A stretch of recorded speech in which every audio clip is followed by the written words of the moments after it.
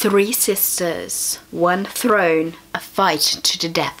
Hello everyone and welcome to another video. Today I'm going to be doing a non-spoiler review, spoiler-free, of Three Dark Crowns by Kendare, which is actually the first book that I read in 2017. So let's start off right away. So the general idea of the book is there's a magical island called Fenburn and a queen rules over this island, and every generation the queen spawns triplets and one of them is going to be the next future queen of the island. So you're thinking like an election, a selection. In a way it is. They have a huge festival and it's just the selection procedure is so interesting. One of the girls get crowned queen.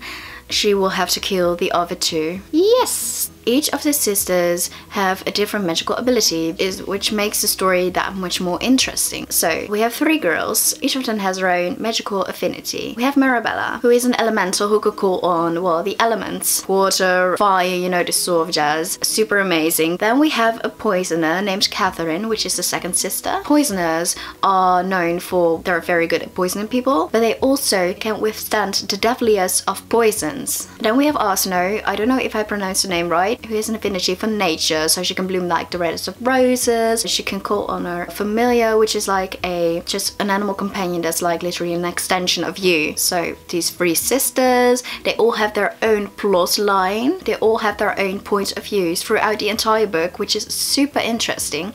And we have like a race to win the crown and become queen and thus kill the other two girls. So we follow these three sisters on their adventures towards this goal, towards one of them becoming queen, and who knows what's gonna happen. So, the world. Well, Three Dark Crowns is a fantasy book. In this book, we are on a magical island called Fenburn, which is ruled by a queen. One of these three sisters gets to be queen, like I just said. What's funny is that besides these three types of magic, like I just mentioned, we also have other kinds of magic. I mean, we have low magic as well, which is like just witchcraft, spells and rituals and stuff, which is super amazing, by the way. We have other types of magic as well. What I really loved about the setting, the way it was written, is that every one of these people, every one of the types of magic wielders have their own culture and their own views and their own values, and it really made me immerse into the story. What's also really important is in this story the people actually believe in a goddess, like they believe the goddess sent the triplets into the world, like it's the goddess's doing, the goddess's decision that there has to be a new queen. It's all a bit funky and weird in my opinion. The whole selection process of the next queen is so interesting because they have this festival together,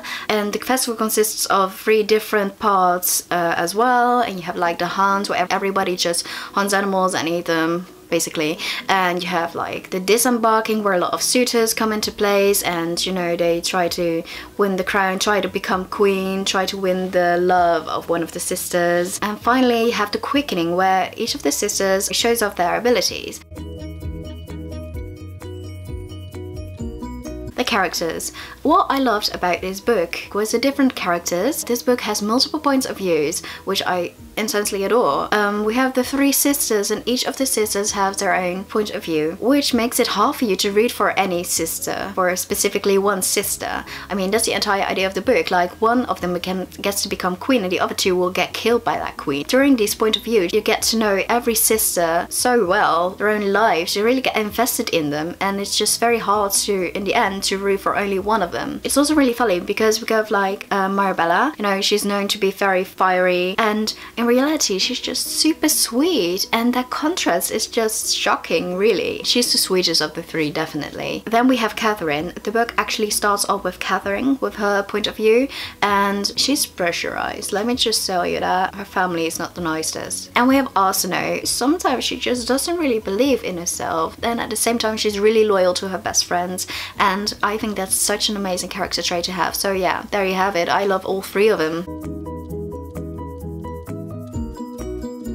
Relationship. This book has many types of relationships. We have a lot of friendship going on, which I just adore. They all have their own friends. We also have some love interests going on. I mean, it just makes the story even better, because not only is it more exciting to read about these love interests when they come into their lives, but it's also an assurance for you that these persons are all just, I mean, they might be becoming queen, one of them at least. They're also just human, and they just love and cherish, and it's, you know, it's part of life. And let me just tell you, some things happening in the romance area, things that are out of the blue. There's things happening that are really creatively done. It's reminded me of Love Triangle, which I don't know if it is a love triangle. I mean, I guess in a way it is, but in another way it totally is not. Whatever you're thinking right now, I promise you that's not true. Just pick it up and see for yourself what I mean. One thing that I also really loved about romance is that the actual plot, the main story, doesn't get overshadowed by the romance, which I think is perfectly done. Sometimes you have novels in which this is totally not the case. You have novels and books where a love interest comes into the protagonist's life and suddenly the entire story revolves around him or her. It's just annoying. In this book, it just adds more to the story. It makes it even more exciting. It made me want to continue reading. So it really added to the story instead of just overshadowing the story.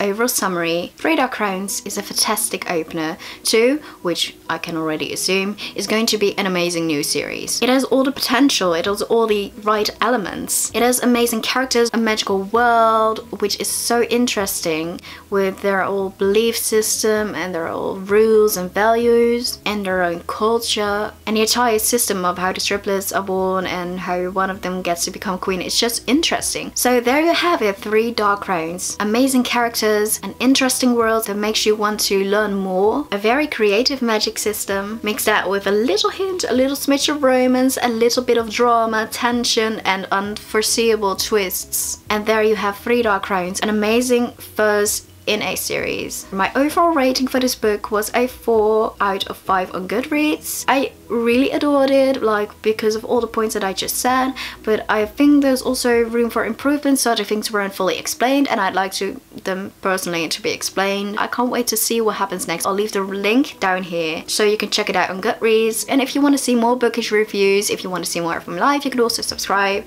and follow me elsewhere. Thank you all for watching, and until next time.